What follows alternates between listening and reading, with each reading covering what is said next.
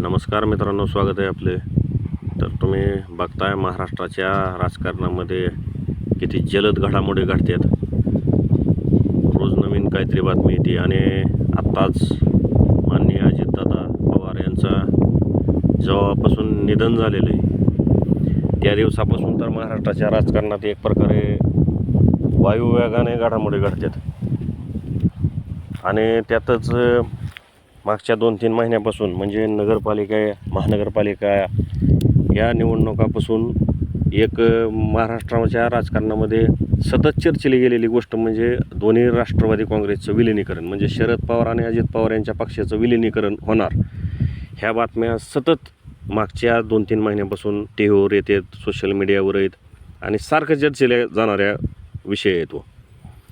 त्यातच जेव्हापासून अजितदादांचं निधन झालेलं आहे 28 जानेवारीला विमान अपघातामध्ये त्यांचं दुःखद निधन झालेलं आहे, त्यावेळेसपासून ह्या चर्चा अचानक तिसरीकडे वळालेल्या आहेत. याच्यात एकदम युटर्न भेटलेला ह्या चर्चेला. त्याच्यात असं झालेलं आहे की बाबा ज्यावेळेसपासून सुनेत्रा पवार यांनी उपमुख्यमंत्रीपदाची शपथ घेतली त्यावेळेसपासून ह्या चर्चेला एक प्रकारे ब्रेक लागलेला आहे विलिनीकरणाच्या.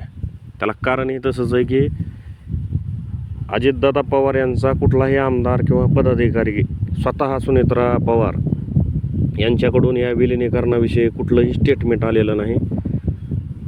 पण शरद पवार यांच्या पक्षाकडून, शरद पवार यांच्या राष्ट्रवादी काँग्रेसकडून सतत कुठला ना कुठला नेता म्हणजे त्यांचे वरिष्ठ नेते जसं की जयंत पाटील असतील, त्यांचे प्रदेशाध्यक्ष शशिकांत शिंदे असतील, रोहित पवार असतील, स्वतः शरद पवारसुद्धा की त्या दिवशी म्हणले की विलिनीकरणाच्या बाजूनं चर्चा चालू होती आणि जवळजवळ 12 तारखेला येणाऱ्या या निवडणुका जिल्हा परिषदच्या झाल्यावर विलिनीकरणाविषयी 100% तो प्रश्न मिटवायचा होता.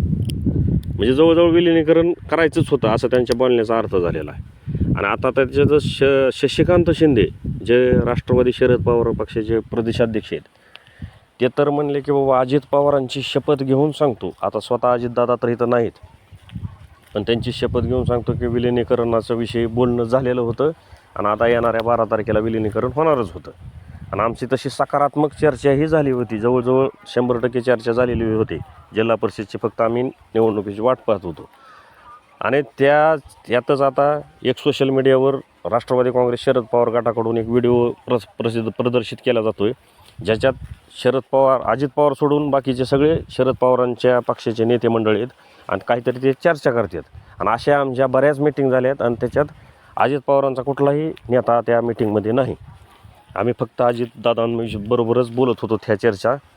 आणि पण त्याचं आता मूर्त रूप प्राप्त होण्याच्या टायमिंगला अजितदादांचं हे निधन झालेलं आहे, त्याच्यामुळं आता अडथळा आलेला आहे असं शरद पवार यांच्या पक्षाकडून सारखं बोललं जातं आहे. मात्र त्या उलट परिस्थिती अजितदादांच्या पक्षाकडून आहे.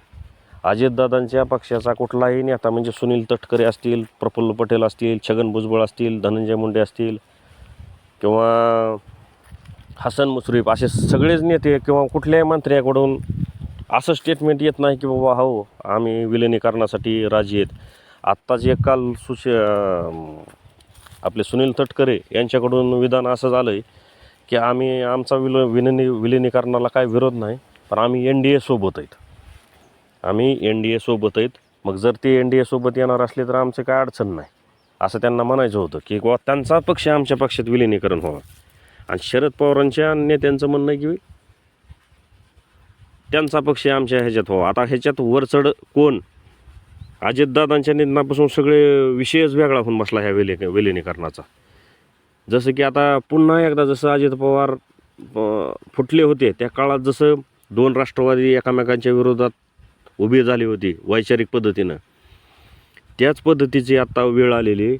सुनेत्रा पवार यांना पुढं करून त्यांना ह्या विलिनीकरण रोखायचं आहे असं शरद पवार यांच्या गटाचं म्हणणं आहे. म्हणजे खाजगीत त्यांचे नेते असे बोलतात की बाबा सुनेत्रा वहिनींना पुढं करून ह्यांना विलिनीकरण करायचं नाही आणि भाजपाच्या दावणीला ह्यांनी पक्ष बांधायचा आहे ह्यांना.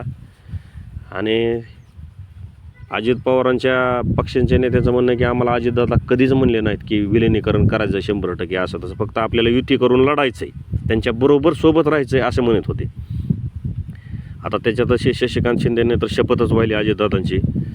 मग आता ह्याच्यात कोण खरं आणि कोण खोटं आहे, आता अजितदादा तर स्वतः नाहीत. आता हा विषय कुठपर्यंत जातो आहे काहीच सांगता येत नाही विलिनीकरणाचा. पण जवळजवळ खोडा बसलेला आहे ह्या विलिनीकरणाच्या चर्चेला, आणि विलिनीकरण लांबणीवरच पडणार आहे असंच ह्या सध्या तरी दिसतंय. तुमचं काय मत आहे याच्यावर सांगा, आपण थांबूया याच्यावर, बघू काय पुढं होतं ते. जय हिंद, जय महाराष्ट्र.